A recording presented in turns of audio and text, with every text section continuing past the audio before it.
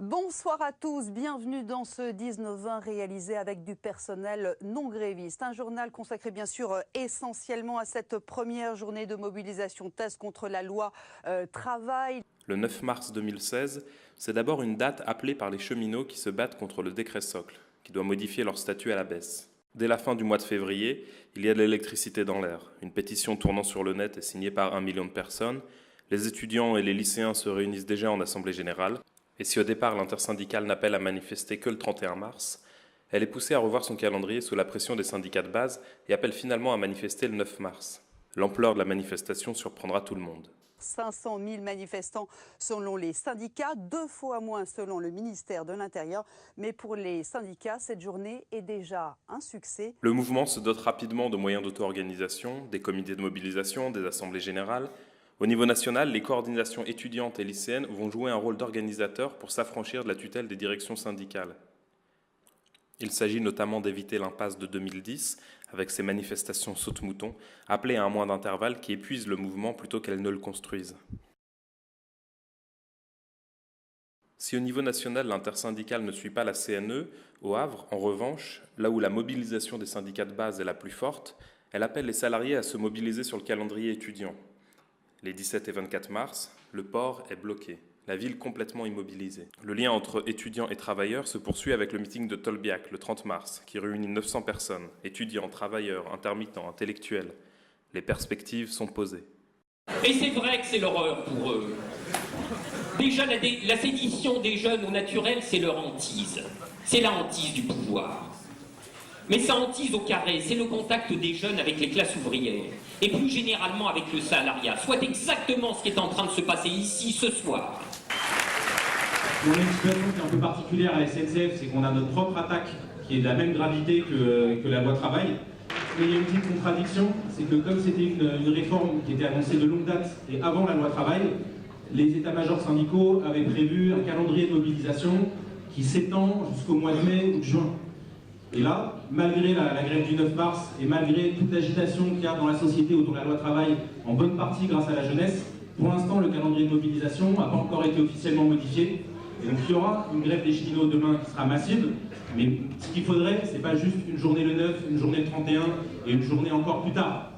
Là, l'enjeu, ce qu'il y a devant nous, la marche à franchir, c'est qu'une grève reconductible à la SNCF. Pour moi, la répression, c'est un pari osé du gouvernement, c'est qui tout double en fait. Soit tu arrives à démoraliser tous les lycéens, soit ils rentrent tous chez eux la tête basse et c'est terminé. Soit tu fais face à une horde enragée en fait, à des lycéens super nombreux qui n'ont plus aucune illusion sur l'État. Le 31 mars, pour la première fois, l'intersyndicale n'appelle pas à une journée d'action, un mot d'ordre vague et qui peut tout et rien dire à la fois, mais appelle bien à la grève. Est-ce que vous, ce soir, vous êtes satisfait par la mobilisation d'aujourd'hui? Bien sûr que nous sommes satisfaits, Pierre. Il y a eu nous avons recensé 1,2 million de personnes dans les manifestations, mais au-delà des manifestations, c'est des milliers d'arrêts de travail dans les entreprises, ce qui montre que ce mécontentement est fort, avec une symbolique pour démontrer cet ancrage, c'est la Tour Eiffel fermée pour cause de grève. Donc oui, c'est une satisfaction, mais c'est aussi la démonstration du profond mécontentement qui existe autour de ce projet de loi et plus généralement sur un certain nombre de questions sociales. Le système économique est en ligne de mire. Seule limite, c'est une grève carrée, une grève de 24 heures. La grève reconductible, seul moyen pour avancer vers la grève générale et le retrait total du projet de loi, n'est donc pas à l'ordre du jour. C'est face à cette attente déçue que Nuit debout surgit au soir du 31 mars et va montrer que la lutte engagée depuis un mois n'est pas seulement une lutte pour une revendication économique. On parle de changement de société, de nouveaux moyens de production et de tout ce qu'il faut faire pour en finir avec la loi travail et son monde. À la fin du mois d'avril, alors que la CNE appelle chaque semaine à des manifestations pour augmenter le rapport de force vis-à-vis du gouvernement, la jonction entre mouvement étudiant et travailleurs devient cruciale. Toutes les discussions qu'on avait avec un certain nombre de travailleurs et travailleuses sur la base aussi des déclarations de certaines sections syndicales locales comme celle du 31 ou si on regarde même du côté du Havre, etc., appelaient déjà à la grève générale et appelaient à ce que ce soit la politique des directions syndicales. Et du coup, le complément à la question qu'on voudrait poser, c'est pourquoi est-ce que nous, la jeunesse, en restant encore isolés, déjà face à toutes ces dates de mobilisation, parce que par exemple le 3 mai, la ligne de la direction syndicale, ça n'a pas été d'y appeler directement, c'est des dettes qui émergent d'ailleurs et auxquelles ils sont obligés de se rallier. Donc la question c'est pourquoi il n'y a pas un projet qui est formulé par les directions syndicales vis-à-vis de la grève reconductible et pourquoi est-ce qu'on est seul aussi face aux situations de répression, comme rien que cet après-midi à la manif où le cortège a été pété en deux par les flics et on n'a eu aucun soutien de ce côté-là. Pourquoi est-ce qu'il n'y a pas le congrès de la CGT qui est sorti avec un appel qui appelle à la reconductible et qui appelle à solidariser des étudiants et de tous les cas de répression? Donc ça c'est la question qu'aujourd'hui on aimerait poser directement, puisqu'on n'a pas pu le faire au congrès, à Philippe Martinez, à Éric Benel, à toutes les directions syndicales. Le refus des directions syndicales de mener une politique réellement combative est également propice au développement du mouvement autonome, qui va incarner cette radicalité orpheline à travers le cortège de tête. Ce mouvement hétérogène voit dans le capitalisme actuel un phénomène si poussé qu'il a lui-même désintégré les classes sociales dont il est à l'origine, faisant des membres du prolétariat des soutiens objectifs de son système. Dès lors, ce n'est plus le prolétariat en tant que classe qui peut être à l'origine d'un mouvement révolutionnaire, puisqu'il n'existe plus, mais les individus qui, par un cri du cœur, accèdent à une prise de conscience qui les fait rentrer dans la lutte.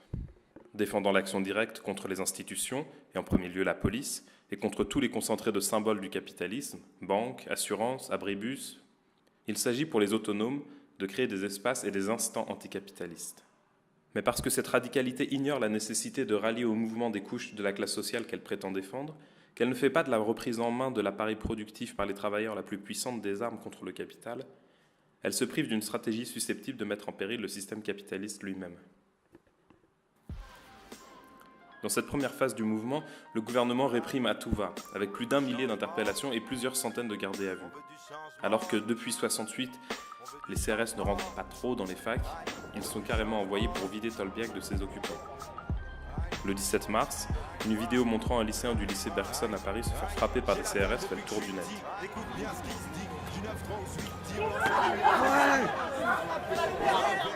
Le mouvement se radicalise et se politise davantage. Le slogan « Ni cher à patron, ni cher à matraque » qui fait le lien entre répression et patronat fait concurrence avec le désormais très célèbre « Tout le monde déteste la police ». Des réflexes de solidarité se mettent en place, Legal Team, Medic Team. J'ai plein de choses, des compresses, des bandages, du sérum phi, de la bétadine, rouge, jaune, un ciseau, pince à épiler pour enlever les graviers dans les plaies. Le monde du travail, encore relativement épargné par la question de la répression, se positionne. Ainsi des dockers qui déclarent